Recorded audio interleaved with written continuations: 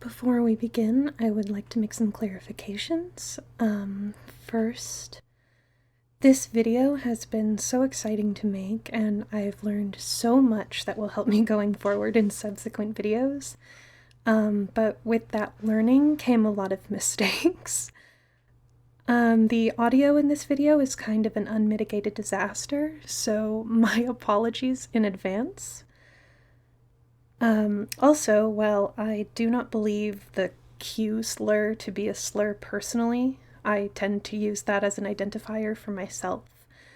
Out of compassion for those that might feel triggered by it as a pejorative, I wanted to include this trigger warning as well as one for discussions of transphobia.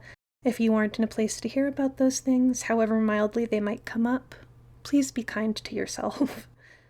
And now, with all my love, let's proceed on to my debut and my first creation for the channel, a review of Whitethorn Games' Calico. Thank you. I helped to kickstart the game Calico, and today I want to talk about it. I started gaming when I was 2. My dad was a gamer and he had us playing Legend of Zelda. It's cheesy to say, but I always knew I wanted to be a game designer. Calico is a magical girl cat cafe sim. You are a magical girl in a town of magical girls and witches, and you run the cat cafe in the village. Your main goals are to collect as many cuddly creatures as possible, and you can also make pastries and decorate cakes, decorate your furniture, and basically everything I've ever wanted to do in all my favorite games, just put into one. So I'm a Sailor Moon kid. I grew up watching Sailor Moon, and it really is that sort of powerful, they can do anything, encapsulated in a little tiny pink pastel blob. And you don't see a lot of just unapologetically feminine games, but the main thing is just embracing soft and gentle and pleasant, and being able to run with that.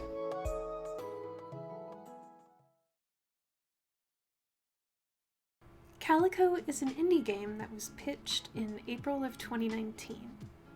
It received 70% of its almost $30,000 goal within the first 2 days of its funding period, and went on to receive well over the initial goal at just over $70,000 as of April 30th, 2019.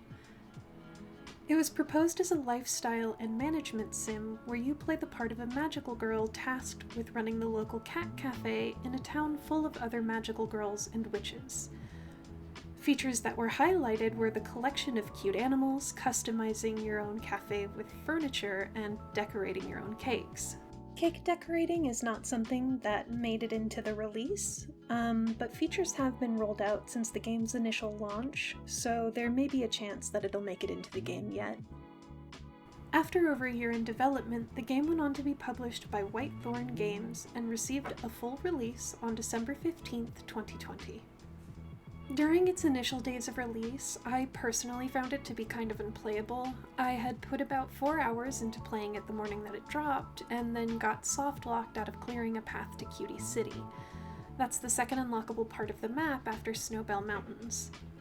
Between this and some reports on the Discord about some baking recipes not being given which were essential for completing certain quests, I just decided I would wait for a few patch fixes to roll out before I got back into playing the game in its entirety. At the time of writing in July of 2021, numerous bug fixes and content patches have been rolled out, so I've been able to play the game from start to finish, nab all of the Steam achievements, and now I really want to give my thoughts in earnest. While I am going to talk about things that I both liked and disliked about the game, I do have a number of criticisms that I aim to make in good faith.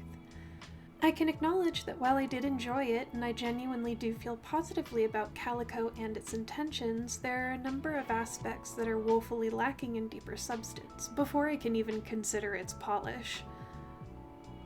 But before I get into my criticisms, I want to address the things that I did really enjoy. For starters, I believe the most evident charm of this game is its visual and aesthetic appeal. Everything about this game is just tooth-achingly adorable, and you can certainly see the love of magical girl media that inspired the beautiful star-shaped island and its cute inhabitants. It reminds me so much of the dreamy watercolor backdrops featured in the Sailor Moon of the 90s. The decision to make the animals sort of silly and gummy when you pick them up and play with them is just a delight, and it's definitely the cutest application of ragdoll physics I've ever seen. While I can see how this may have just been a decision to cut down on the time and cost of further rigging and animation overall, that way all the animals are easy to interact with regardless of size or species, I think this was a sensible call with a super goofy cute payoff. After that, it's the body diversity and character creation. This was actually one of the reasons I was so excited to back the game up from the jump. I'm an avid consumer and lover of lifestyle sim games, but I also just play a ton of video games in general. Whenever it comes down to customizing a character, there are very few games that will actually give you the option to be a fat person. And while my svelte robot doll-bodied VTubing persona might have you fooled because I haven't figured out Blender yet, I am a fat person in the real people space. Being able to adjust a weight slider that didn't just give me Jessica Rabbit proportions unless I chose to cinch my waist down was an exciting option with a lot of appeal for me. I think the character creator just has a lot to offer in general. I like that I can change anything I want to on the fly down to my idle pose or my run cycle. After a few of the more recent updates, that is, I wasn't really thrilled by the arms outstretched waddle that got patched in very early to address slower running speeds. Not having to feel indecisive about locking in one look and never having the chance to change it later if I choose took a lot of the pressure off of making a character. And since the major draw and appeal of Calico is just to be as chill as possible, this is great if you suffer from a severe case of can't make decisions disorder. It's just a lovely feature on the whole, and I really liked it. Things are going to get a little dicey from this point onward, partially because I want to talk about some of the things that I loved, but come with too many caveats to really be considered a point in the game's favor. Starting with the music. The music. My biggest criticism of the soundtrack is that I really wish that there was more of it. So, this point is going to take us down a road trip through a few issues. I promise I will bring this back around.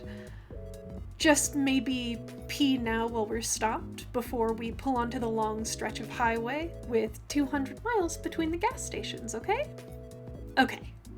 So, to start, my topmost complaint on its face is this. While there are musical tracks for both day and night in each zone, in the beginning of my first playthrough, it was exceedingly rare that I ever actually heard the nighttime tracks for very long. Here is where this kind of becomes a nesting doll of problems. If you've been conditioned by other day-to-day life simulators in the way that I have, you go through your day performing your silly little tasks, and then you sleep when the sun goes down so you can get a fresh start in the morning.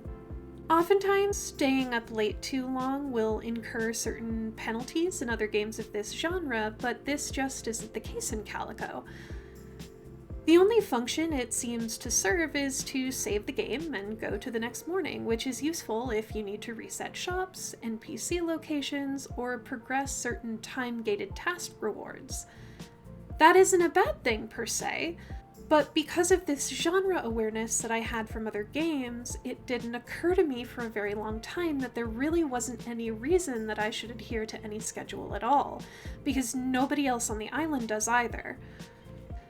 No one seems to have hard off hours, and they're mostly available to you at all times. I say mostly because there are times where they will leave their post to go patronize the cat cafe, but when they leave the cafe, they generally go right back to standing in front of their shop. And if for whatever reason you can't buy from merchants directly, you can interact with the till in their shops because they never close. What this really meant for me was that I was hearing the same daytime BGM track on loop for most of my time playing.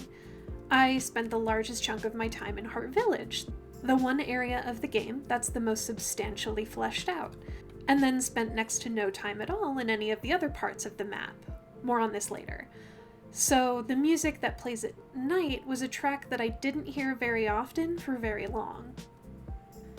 There's also this persisting issue where the theme for Heart Village is meant to play a track with lyrics that you can hear when you're in the cafe, but it drops in and out really unreliably. It's an idea that I like very much in concept, but while the fade in and out and the shifting of the tracks makes a really seamless, uninterrupted transition, the change is inconsistent. It comes in for a few lines and then it peters out again, effectively performing the same thing that I do when I can't remember lyrics to a song. You'll sing the parts that you can remember and then hum the rest until you can remember again. All of that in consideration, the music is gorgeous. I do really love the tracks that are present, but there is so much of a content disparity between the center of the island and the other pennants of the star. The one track that you hear most often is going to get old fast, which is a total shame because it's a lovely tune. I think this sort of problem is generally solved in similar titles by having some music that changes from season to season. But rather than having seasons come and go over time, each of the different areas of the island has its own visual seasonal motif, with the exception of the Witching Woods, which in and of itself is just fine, but it does lead into my next problem and the beginning of what I consider to be the major drawbacks, which is that my largest and longest running issue is just the lack of content present. For all intents and purposes, it feels like a game that should be marked as an early access title. It describes itself as a game about running an island's cat cafe, but there just isn't much that goes into the actual management of the cafe itself. You don't spend much time there, other than briefly walking into the kitchen to make new recipes and plonking down new furniture. The bulk of your time is going to be spent exclusively running errands for neighbors, as the animals don't really require much actual care, and the patrons will just come to the cafe whenever to purchase items in the display without you even being inside the cafe itself. The hands-off nature of running the establishment gives you oodles of free time to run around and solve problems for the people of the island, unlocking new segments of land as you go, but as previously mentioned, you aren't in many of those places for long.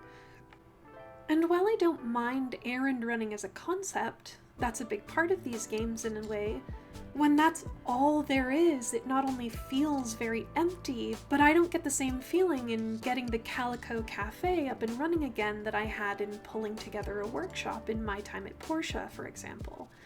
A game that I also love, but I have a lot of gripes about, because I'm a recumbent queen that only knows eat a hot chip and complain about game. What I mean to say is that your progress just isn't as profoundly measured. I can see my recipe book fill, but what I choose to put in the display doesn't really matter. I can put whatever animals or whatever furniture I like, but it really is just about me. Except for the few times that I get paid to put in the appropriate animals and decor as a one-time requirement to suit the taste of a patron, before changing it right back. I don't think that's inherently an issue. I feel like I'm saying that a lot, but really I don't. I think there's definitely something to be said for having your own sense of play freedom and how your aesthetic taste comes out in decor without repercussions. But it does make things feel a little disconnected from the aspect of business management lifestyle sims, let alone immersion in the island itself when it comes to the other people that live there. The systems just aren't there to do anything more than decorate a house Animal Crossing style and get paid for Raymond viewings, provided you're willing to AFK generate income once you've finished all the errands the game has left for you to do. I have some smaller gripes, but I really just wanted to talk about issues that I felt were brought up but maybe not elaborated on in reviews that I had read personally. It is totally possible there are other reviews that touched on these things in more depth than what I read, but since I didn't read them and this channel is in service to me, only me, and it lives or dies by the inflating of my own ego, I would now like to touch on some talking points, aka criticisms that I don't agree with.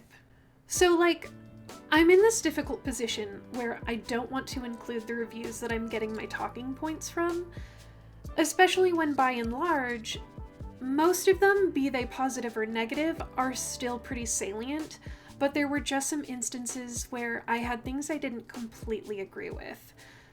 But my concern is that by not including them, the points I want to talk about are going to seem as though I'm trying to Flanderize them without giving the viewer proper context. In the end, I just decided I would pursue my gut feeling, even if it made me seem less credible. These aren't super high stakes, but the reason being that even if my channel only ever gets more than like 3 views max, you dress for the job that you want. If I ever garner any success, and on principle I guess even if I don't, I guess I just don't want anyone to take it upon themselves to harass someone because I wanted to talk about some points they made that I don't agree with, even if I like to think that I disagree in good faith. In summary, there were a handful of reviews I found that did not feel the game was actually as inclusive of queer identities as they felt many others had suggested. For reference, as we go forward on the topic of queer diversity, there are 2 canon lesbian couples, Freya and Maya, as well as Sunny and Blossom, the latter 2 having been initially player character choices until the stretch goal for character customization was unlocked, moving them over to villager status. There's also Ash, the non-binary employee and student of Estelle, who is my goth wife and whomst I would die for, and then Gabby. Gabby, the love of my life also, is apparently the persona of a talented artist and Kickstarter backer that identifies as bigender. That said, the aspect of one review in particular I wanted to talk about was this.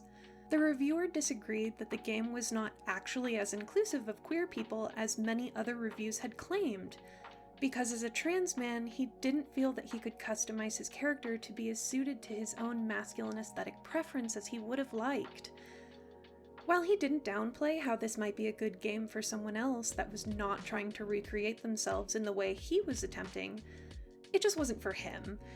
There was nothing in place to select a set of pronouns, which he didn't specify, but I'm left to infer might have alleviated otherwise looking very feminine.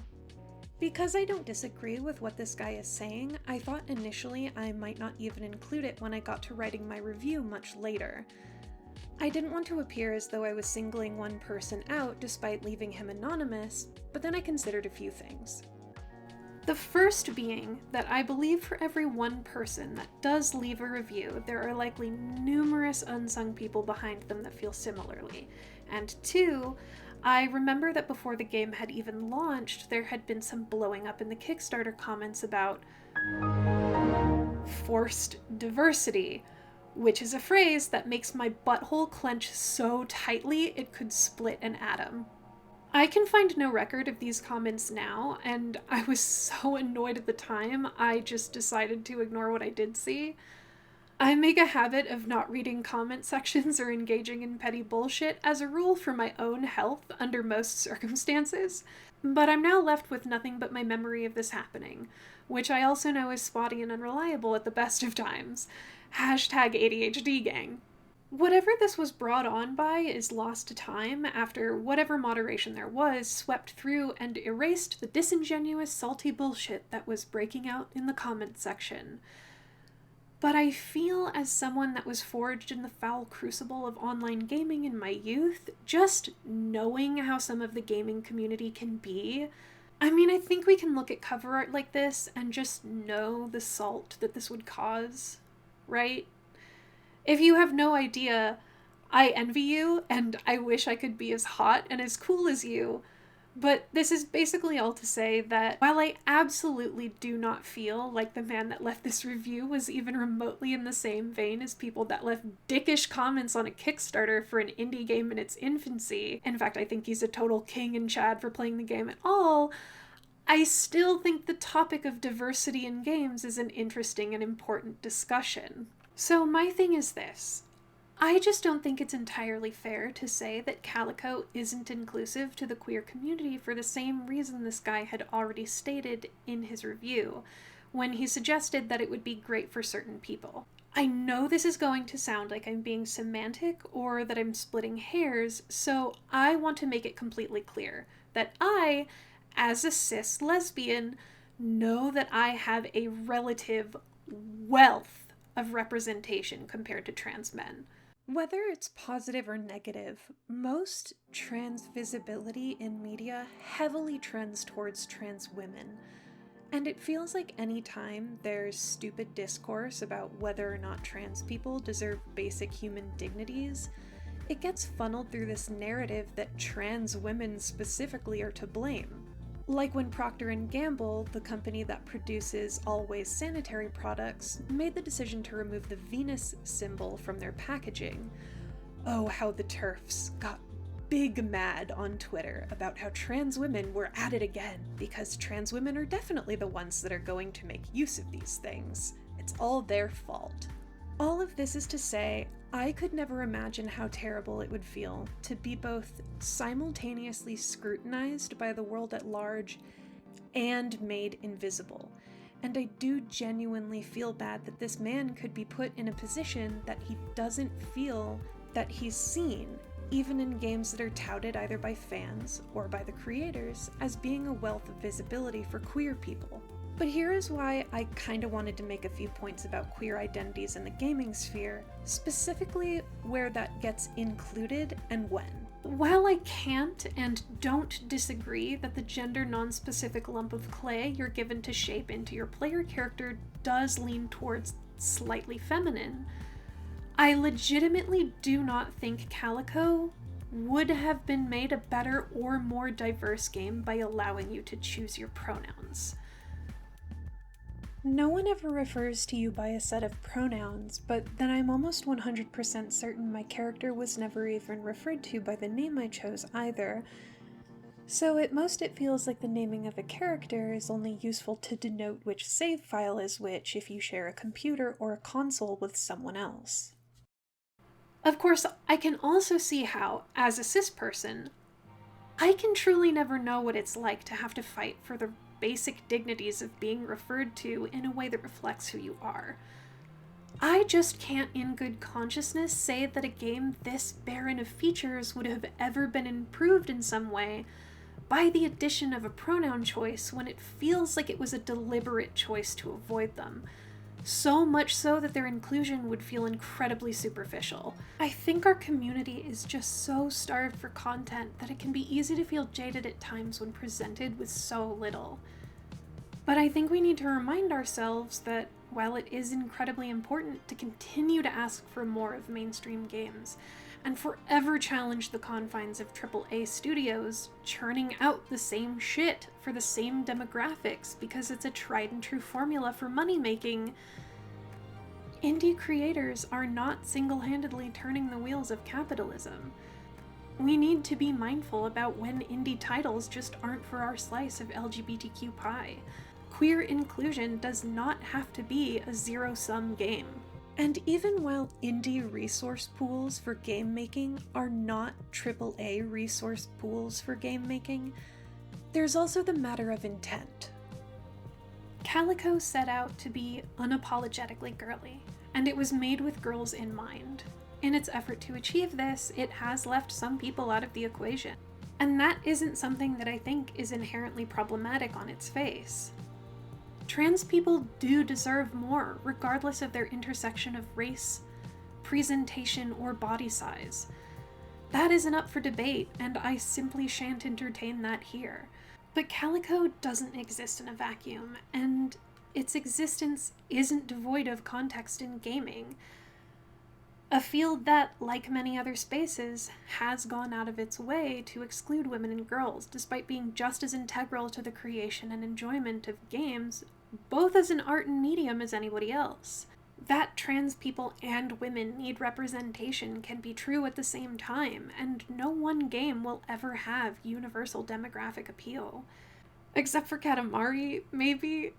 Everybody loves Katamari.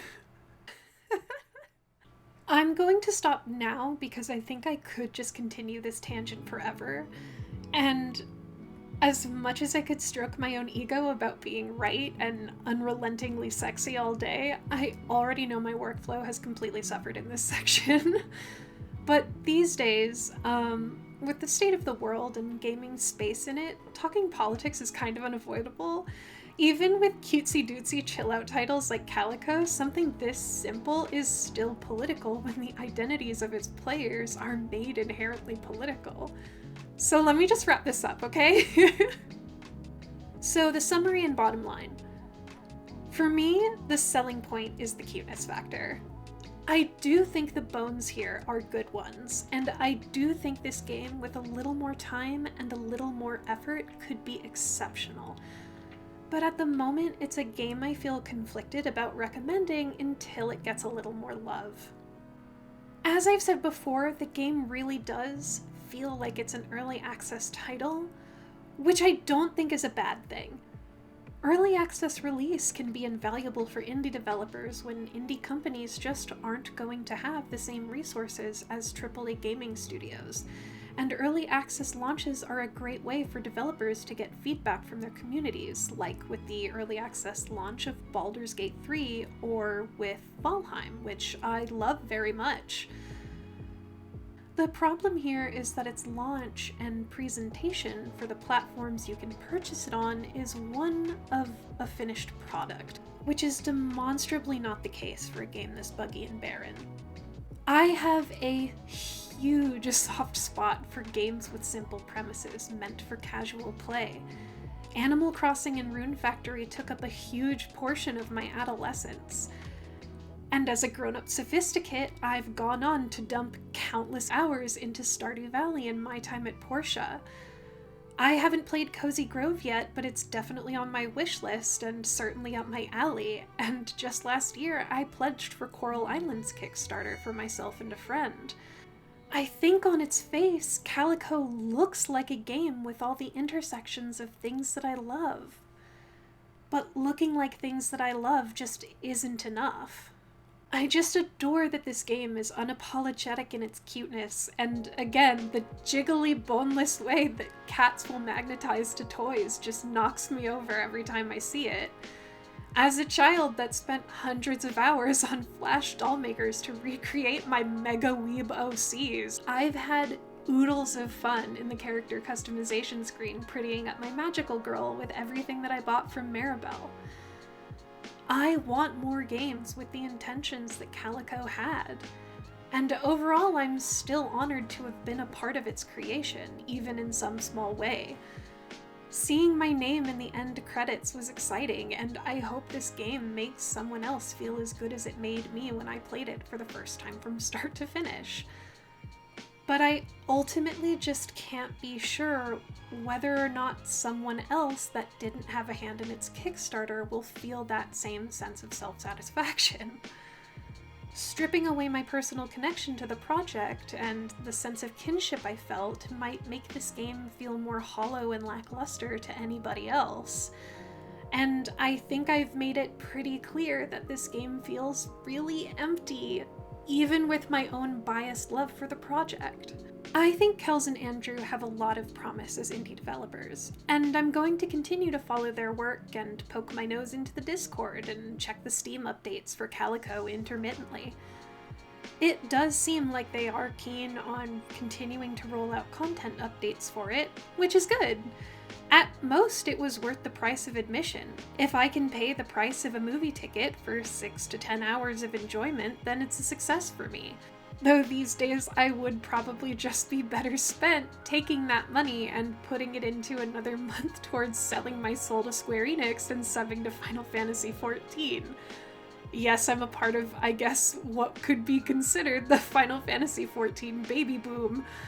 Because apparently there's been a huge influx of players, and I had no idea that was happening. I just made the decision independently. For what it's worth, I do think if you're a casual games enjoyer, then you might have fun with Calico for a few hours. But as it is now, I think it would be mostly suited for children that do what I did with the Tomb Raider games when I couldn't finish a puzzle. You play and imagine with it the way you do your dolls. Because you're 8 and you don't know you're a lesbian yet, and you're super in love with Lara Croft, and get really confused.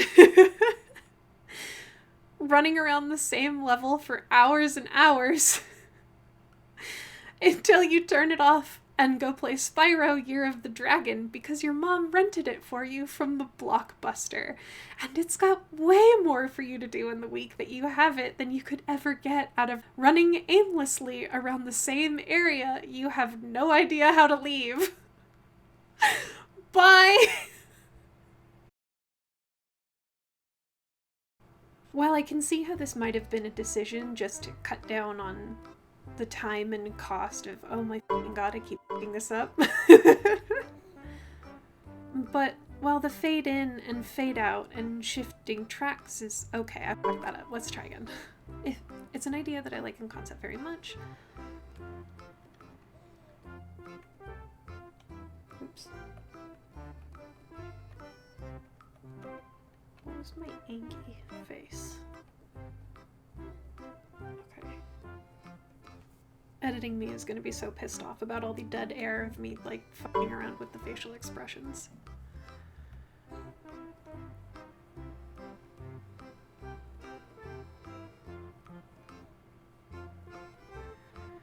He could not customize his character. Okay, this line read blows already.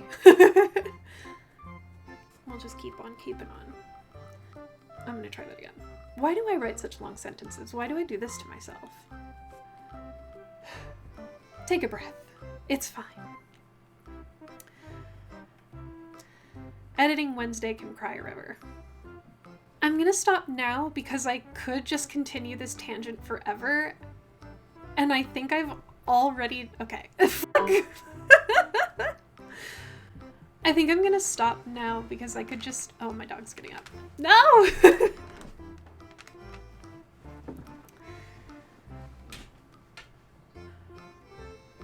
I'm going to stop now because I could just continue. Oh! Continue!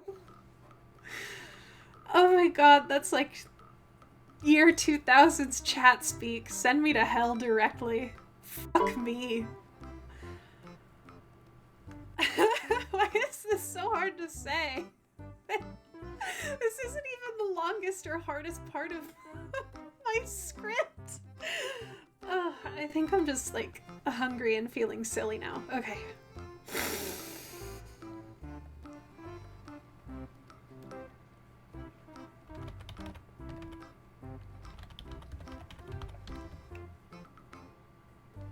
I think it would be mostly suited for children that do what I do with the Tomb Raider games when I can't finish a puzzle.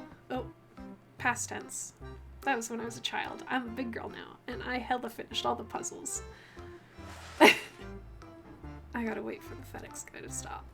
Please. Oh no, my dog's about to freak out. I'm about to fucking lose it.